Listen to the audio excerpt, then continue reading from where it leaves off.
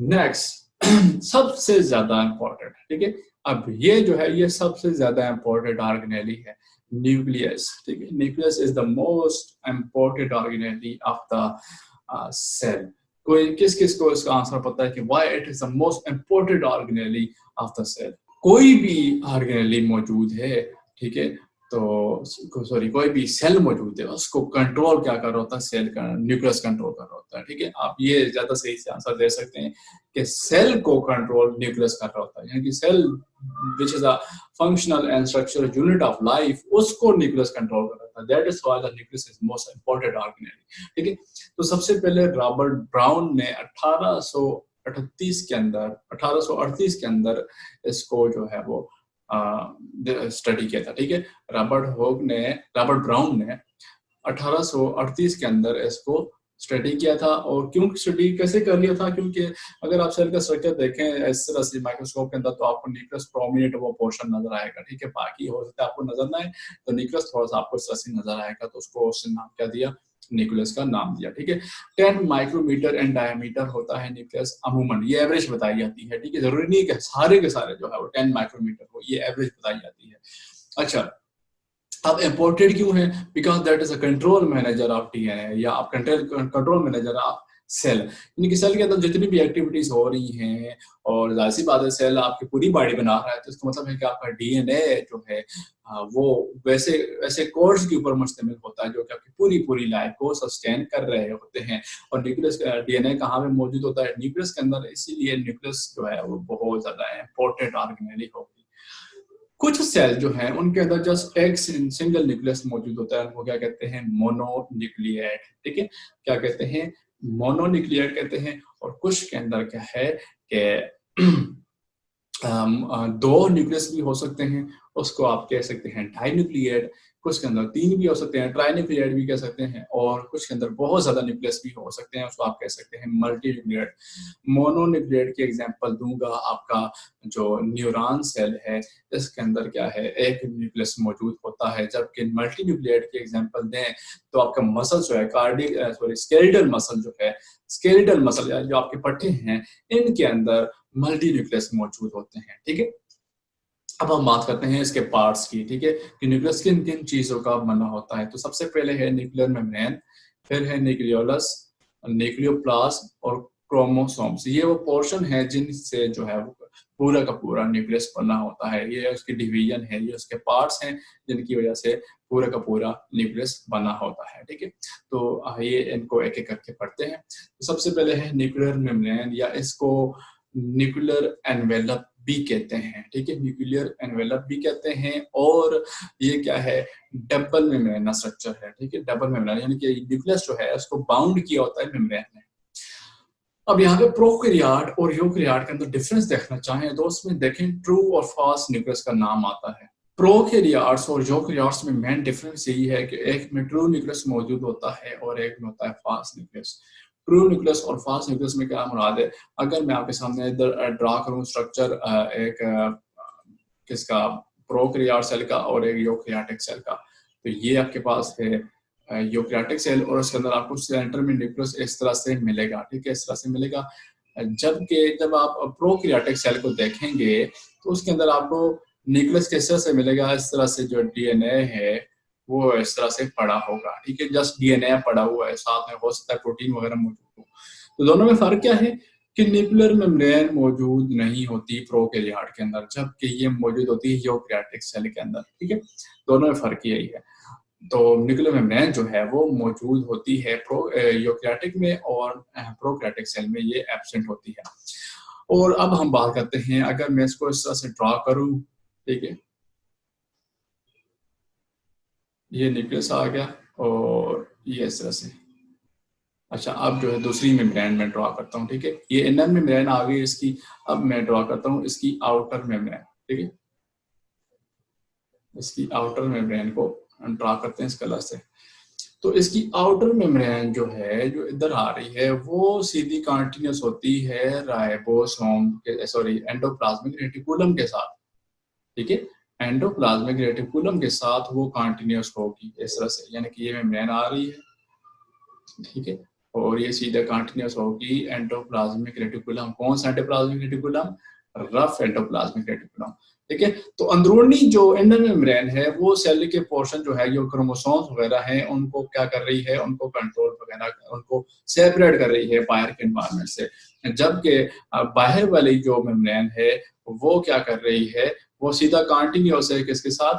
वो कंटिन्यूस है rough endoplasmic reticulum के साथ। ठीक है, अच्छा, अब बात करते हैं इसके अंदर न्यूक्लियर पोर्स मौजूद होते हैं। ठीक है, क्या मौजूद होते हैं? न्यूक्लियर पोर्स मौजूद है इसके अंदर। हल्के हल्के आपको इस तरह से सुराख नजर आएंगे न्यूक्लियर एनवेलप के अंदर। उसकी वजह क्या है? सेल के अंदर जो भी चीजें जाएंगी या जिनके मटेरियल एक्सचेंज जो है सेल के अंदर, किसी चीज में जाना है या किसी चीज में बाहर निकलना है, मिसाल के तौर पर मैसेंजर आरएनए की बात करते हैं। जब ट्रांसक्रिप्शन होती है, मैसेंजर आरएनए बनता है डीएनए से, तो वो सेल से बाहर आता है, तो वो बाहर किस तरह से आएगा? वो इन पोर्स के जरिए बाहर आएगा। इसी तरह नए चीजें जो बनती हैं वो भी यहीं से बाहर आएंगी। इसी तरह कोई सेल के अंदर किसी चीज में, न्यूक्लियस के अंदर किसी चीज में जाना है, तो वो भी इनको इनके अंदर से जाएंगे। और इन सुराखों को क्या कहते हैं? न्यूक्लियर पोर कहते हैं। ठीक है, क्या कहते हैं? न्यूक्लियर पोर्स कहते हैं। ठीक है, तो डबल मेम्ब्रेन स्ट्रक्चर है, ये भी आपको समझ आ गया होगा। और इसको क्या कहते हैं? न्यूक्लियर एनवेलप भी कहते हैं। आउटर जो लेयर है वो सीधा रफ एंडोप्लाज्मिक रेटिकुलम के साथ कंटिन्यूस होती है। यहाँ से आपको नजर आ रहा है। ठीक है, तो यहाँ से आपको नजर आ रहा है। अब जो इनर मेम्ब्रेन है, इनर मेम्ब्रेन उसने अंदर वाले मटेरियल को कवर किया होता है। ठीक है, उसने अंदर वाले मटेरियल को कवर किया होता है। यानी कि अगर मैं इनर मेम्ब्रेन का स्ट्रक्चर ड्रा करूँ, यहाँ से मैं जो है उसे फिल कर देता हूँ। ठीक है, अगर मैं उसे फिल करूं तो ये इनर मेम्ब्रेन अंदर आ गई है। अब बात करते हैं बाहर वाले मेम्ब्रेन की। तो ये पोर जो है किस तरह से मौजूद होते हैं ये मैं आपको बता देता हूं। अगर मैं आपके सामने ड्रा करूं ना, ये इस तरह से ये पोर आ गया, ये आप ऊपर से देख रहे हैं पोर को सामने से, और इसके आसपास जो है बाकी पोर की शेप किस तरह से होती है वो बता रहा हूँ। तो पोर की शेप जो है वो इस तरह से होती है, जिससे आपके पास फूल होता है।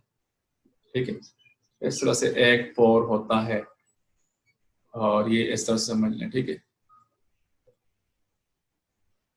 देखिए आपको ट्यूब सी नजर आ रही है ना।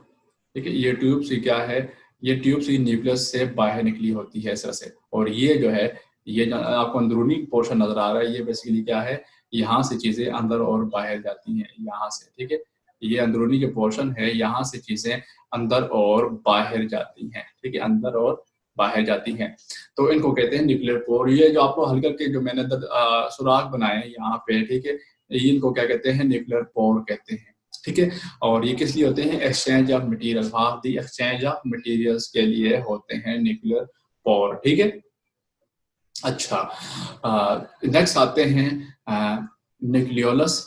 न्यूक्लियोलस क्या होता है? सेल के अंदर, सेल के अंदर क्या है कि एक डार्क स्ट्रैंड बॉडी है। स्ट्रैंड बॉडी से मुराद ये है, अब देखें स्ट्रैंड बॉडी का नाम उसने जिक्र कर दिया है। मैंने आपको शुरू के लेक्चर में बताया था जो स्टैनिंग टेक्निक होती है। ठीक है, स्टैनिंग टेक्निक, उसके अंदर क्या होता है कि जब स्टेन डालते हैं चेक करने के लिए सेल की स्टडी, तो न्यूक्लियस के अंदर एक पोर्शन बहुत ज्यादा विजिबल होता है। ठीक है, बहुत ज्यादा डार्क स्टेन होता है। मिसाल के तौर पर देखें, अगर मैं आपके सामने ये न्यूक्लियस ड्रा करूं, ठीक है, तो न्यूक्लियस के अंदर ही एक छोटा सा रीजन बहुत ज्यादा जो है वो डार्क नजर आ रहा होता है इस तरह से। ठीक है, यानी कि ये रीजन जो है आपको इस तरह से नजर आएगा, और कभी कभी ये बहुत ज्यादा नजर आएंगे। ठीक है, एक भी नजर आ सकता है, कई भी नजर आ सकते हैं, और इन रीजन को कहते हैं न्यूक्लियोलस। ठीक है, इन रीजन्स को क्या कहते हैं? न्यूक्लियोलस कहते हैं। और इनकी कोई मेम्ब्रेन नहीं होती। ठीक है, विदाउट एनी मेम्ब्रेन होते हैं इनके अंदर, इनके साथ कोई मेम्ब्रेन मौजूद नहीं होती। देखिए, अगर आप इनका स्ट्रक्चर देखें तो मैं आपको बताता हूँ बेसिकली कैसा होता है। ठीक है, ये आप देख रहे हैं, इसके अंदर क्या है कि जो डीएनए है वो इस तरह से पड़ा होता है। ठीक है, 10 स्ट्रैंड जो हैं, 10 स्ट्रैंड वो इस तरह से इसके अंदर गए होते हैं। 10 न्यूक्लियर स्ट्रैंड जो है वो इसके अंदर गए होते हैं, और ये अंदर जाके क्या होते हैं? इसके अंदर आर डीएनए, ठीक है, राइबोसोमल डीएनए जो है। राइबोसोमल डीएनए कौन सा डीएनए होता है? जो कि राइबोसोम की सिंथेसिस करता है। ठीक है, राइबोसोम की सिंथेसिस। अब ये जो अंदर वाला पोर्शन आपको नजर आ रहा है, ये वाला पोर्शन, ये बेसिकली क्या है? ये है न्यूक्लियोलस। ठीक है, ये क्या है? न्यूक्लियोलस है। और इस रीजन के अंदर राइबोसोम्स बनते हैं, राइबोसोमल आरएनए बन के वो क्या बनाते हैं? राइबोसोम्स बनाते हैं। ठीक है, यानी कि nucleolus is the power fact is the factory of ribosomes. ठीक है, न्यूक्लियोलस क्या बनाएंगे, राइबोसोम्स बनाएंगे। डीएनए जो डीएनए है ना, आरडीएनए, ये जो आपको यहाँ पे नजर आ रहा है, ठीक है, आरडीएनए, इसकी रीडिंग होगी तो राइबोसोमल आरएनए बनेगा, राइबोसोमल आरएनए से क्या बनेगा, राइबोसोम्स बनेंगे। ठीक है, तो एक सेल के अंदर एक न्यूक्लियोलस भी मौजूद हो सकता है और कई न्यूक्लियोलस भी मौजूद हो सकते हैं। ठीक है, एक न्यूक्लियोलस भी मौजूद हो सकता है और कई न्यूक्लियोलस भी मौजूद हो सकते हैं। ठीक है, अच्छा, अब हम बात करते हैं जी इसकी रीजन की। तो उसके दो रीजन्स होते हैं। ठीक है, इसके दो रीजन होते हैं, एक होता है पेरीफेरल ग्रेनुलर एरिया, पेरीफेरल कहते हैं साइडो वाला। ठीक है, साइडो वाला, तो वहां पे क्या है, राइबोसोमल यूनिट जो है वो मौजूद होते हैं। ठीक है, इस न्यूक्लियस के अंदर, न्यूक्लियोलस के अंदर। ठीक है, उसके अंदर क्या मौजूद होते हैं, प्रीकर्सर राइबोसोमल यूनिट। प्रीकर्सर कहते हैं जब जो बाद में जाके राइबोसोम बना देंगे। ठीक है, अब राइबोसोम से पहले वाली स्टेज की बात करें उसको प्रीकर्सर कहते हैं, प्रीकर्सर जो पहले आता है। ठीक है, तो पेरिफेरल ग्रेनुलर एरिया के अंदर क्या चीज मौजूद होगी, प्रीकर्सर राइबोसोमल यूनिट मौजूद होंगे, जबकि सेंट्रल एरिया के अंदर क्या मौजूद होगा, जो है लार्ज, उसको कहते हैं सेंट्रल फेब्रल एरिया, और उसके अंदर लार्ज मॉलिक्यूलर वेट वाले आरएनए और राइबोसोमल डीएनए मौजूद होगा, जिनकी जो है रीडिंग वगैरह हो रही होगी। ठीक है, तो ये स्ट्रक्चर था न्यूक्लियोलस का। नेक्स्ट आगे बढ़ते हैं जी, हम पढ़ते हैं न्यूक्लियोप्लाज्म। ठीक है, न्यूक्लियोप्लाज्म, ये यही समझ लें कि न्यूक्लियस के अंदर, जिस तरह सेल के अंदर साइटोप्लाज्म होता है, न्यूक्लियस के अंदर जो मैट्रिक्स है उसको क्या कहते हैं, न्यूक्लियोप्लाज्म कहते हैं। ये कोलाइडल मिक्सचर है। ठीक है, जो कि सॉल और जेल का बना होता है, आपको पता है। ठीक है, तो कोलाइडल मिक्सचर है, इसके अंदर ऑर्गेनिक और इनऑर्गेनिक साल्ट और आयन वगैरह सब कुछ मौजूद होता है। ठीक है, ऑर्गेनिक और इनऑर्गेनिक साल्ट एंड आयन सब कुछ मौजूद होता है। एक ऐसा मैट्रिक्स है जिसके अंदर क्रोमेटिन लटका हुआ होता है। ठीक है, यानी लटका हुआ सुनाती है कि आप पानी एक बर्तन के अंदर पानी डाल दें और उसमें धागा डाल दें, धागा ऊपर तैरता रहेगा। इस तरह से जो पानी जो है वो क्या है, न्यूक्लियोप्लाज्म आ गया। ठीक है, और इसका काम क्या है, स्टोरेज प्लेस है फॉर एंजाइम्स। ठीक है, डीएनए रेप्लिकेशन के लिए रॉ मटेरियल जो है उसको स्टोर करता है, और सिंथेसिस ऑफ आरएनए यानी कि ट्रांसक्रिप्शन जो होती है, ये भी आप सेकंड ईयर के अंदर पढ़ेंगे। DNA replication, synthesis of RNA, ये सारी चीजें पढ़ेंगे। इनके लिए जो चीजें दरकार होती हैं, एंजाइम्स, प्रोटीन्स वगैरह, वो सारी की सारी न्यूक्लियोप्लाज्म जो है वो अच्छा, आगे बढ़ते हैं जी। नेक्स्ट लास्ट पोर्शन है क्रोमोसोम्स। ठीक है, क्रोमोसोम का स्ट्रक्चर मैं आपके सामने ड्रॉ करता हूँ। ठीक है, क्रोमोसोम का स्ट्रक्चर मैं ड्रॉ करता हूँ। तो यहाँ पे देखें जी, ये इस तरह से क्रोमोसोम का स्ट्रक्चर होता है। ठीक है,